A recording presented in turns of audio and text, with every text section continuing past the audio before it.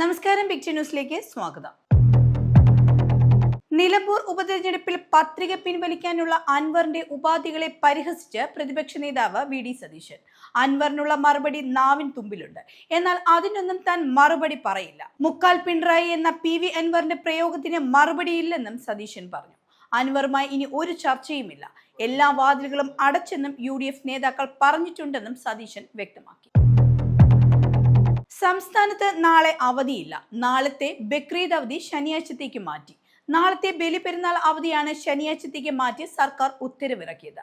മന്ത്രിസഭാ യോഗത്തിൻ്റെതാണ് തീരുമാനം. നാളെയും മറ്റന്നാളും അവധി വേണമെന്ന ആവശ്യം ഉയർന്നിരുന്നു. മാസപ്പിറവി വൈകിയതിനെ തുടർന്ന് ബക്രീദ് ജൂൺ 7 ശനിയാഴ്ച ആയിരിക്കുമെന്ന് മതപണ്ഡിതർ അറിയിച്ച സാഹചര്യത്തിലാണ് അവധി മാറ്റിയത്. മാസപ്പിറവി കണ്ടതിന്റെ അടിസ്ഥാനത്തിൽ ശനിയാഴ്ചയാണ് ബക്രീദ് എന്ന് വിവിധ മതസംഘടനകളും അറിയിച്ചിട്ടുണ്ട്. ഉത്സവാഘോഷങ്ങളിലും മറ്റു പരിപാടികളിലും ആന ഇടഞ്ഞുണ്ടാവുന്ന ആക്രമണങ്ങളുടെ ഉത്തരവാദിത്വം ഉടമസ്ഥനും പാപ്പാനുമായിരിക്കുമെന്ന് ഹൈക്കോടതി.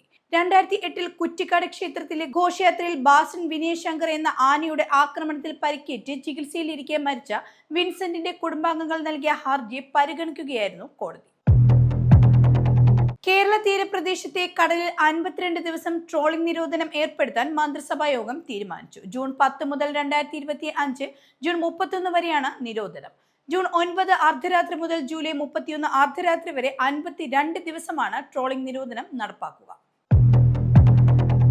കൊച്ചി തീരത്തിനടുത്ത് അറബിക്കടലിൽ മുങ്ങിയ MSC എൽസ 3 ചരക്ക് കപ്പലിലെ കണ്ടെയ്നറുകളിലുള്ള വസ്തുക്കളുടെ പട്ടിക പുറത്തുവിട്ട് സംസ്ഥാന സർക്കാർ.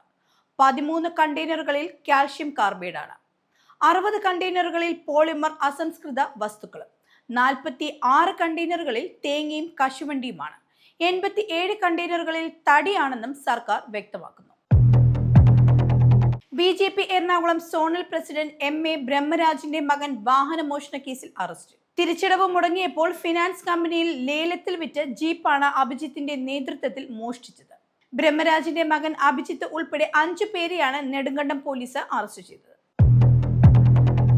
IPL ജേതാക്കളായ റോയൽ ചലഞ്ചേഴ്സിന്റെ വിജയാഹ്ലാദത്തിലുണ്ടായ തിക്കിലും തിരക്കിലും പെട്ട് 11 പേർ മരിച്ച സംഭവത്തിൽ കർണാടക സർക്കാരിനെതിരെ BJP. ദുരന്തത്തിൽ ജീവൻ നഷ്ടപ്പെട്ടവരുടെ കുടുംബങ്ങൾക്ക് നഷ്ടപരിഹാരമായി 10 ലക്ഷം രൂപയാണ് കർണാടക സർക്കാർ പ്രഖ്യാപിച്ചത്. കേരളത്തിൽ കാട്ടാനയുടെ ആക്രമണത്തിൽ മരിച്ചയാളുടെ കുടുംബത്തിന് 25 ലക്ഷം രൂപയാണ് നഷ്ടപരിഹാരമായി സർക്കാർ നൽകിയത്.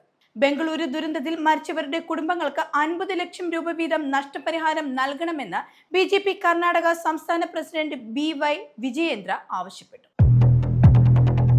ഡൽഹിയിലെ ഇന്ത്യൻ ഇൻസ്റ്റിറ്റ്യൂട്ട് ഓഫ് ടെക്നോളജിയിലെ വിദ്യാർത്ഥിയെ ഹോസ്റ്റലിൽ മരിച്ച നിലയിൽ കണ്ടെത്തി. 2ാം വർഷ ബയോമെക്കാനിക്കൽ എഞ്ചിനീയറിംഗ് വിദ്യാർത്ഥിയാണ് മരിച്ചത്. ചണ്ഡീഗഡ് സ്വദേശിയായ ആയുഷ് സിംഗാറിനെ 2 ദിവസമായി ക്യാമ്പസിൽ കാണാത്തതിനെ തുടർന്ന് വിദ്യാർത്ഥികൾ അധികൃതരെ വിവരം അറിയിച്ചിരുന്നു. വിദ്യാർത്ഥിയുടെ റൂം അകത്തുനിന്ന് പൂട്ടിയ നിലയിൽ കണ്ടെത്തിയതിനെ തുടർന്ന് അധികൃതർ പോലീസിനെ വിവരം അറിയിക്കുകയായിരുന്നു. അയോധ്യയിലെ ശ്രീരാമക്ഷേത്രത്തിൽ പ്രാണപ്രതിഷ്ഠ നടന്നു. ഭക്തിസാന്ദ്രമായ അന്തരീക്ഷത്തിൽ അയോധ്യയിലെ ശ്രീരാമക്ഷേത്രത്തിൽ നിർമ്മിച്ച രാം ദർബാറിന്റെ പ്രാണപ്രതിഷ്ഠാ ചടങ്ങിന് ആയിരങ്ങളാണ് സാക്ഷിയായത്. രാജാവായ ശ്രീരാമന്റെ രൂപമാണ് ഇന്ന് പ്രതിഷ്ഠിച്ചത്. ഇതോടൊപ്പം പുതുതായി നിർമ്മിച്ച 8 ക്ഷേത്രങ്ങളിലും ഉപദേവതകളെയും പ്രതിഷ്ഠിച്ചു. വ്യാഴാഴ്ച നടന്ന ചടങ്ങിൽ ഉത്തർപ്രദേശ് മുഖ്യമന്ത്രി യോഗി ആദിത്യനാഥ് ഉൾപ്പെടെയുള്ളവർ പങ്കെടുത്തിരുന്നു. 12 രാജ്യങ്ങളിൽ നിന്നുള്ള പൗരന്മാർക്ക് അമേരിക്കയിൽ പൂർണ്ണ പ്രവേശന വിലക്ക് ഏർപ്പെടുത്തി president Donald Trump. Afghanistan, Myanmar, Chad, republic of Congo, equatorial guinea, Eritrea, Haiti, Iran, Libya, Somalia, Sudan, Yemen എന്നിവിടങ്ങളിൽ നിന്നുള്ളവർക്കാണ് US പ്രവേശനം പൂർണ്ണമായി വിലക്കിയിട്ടുള്ളത്.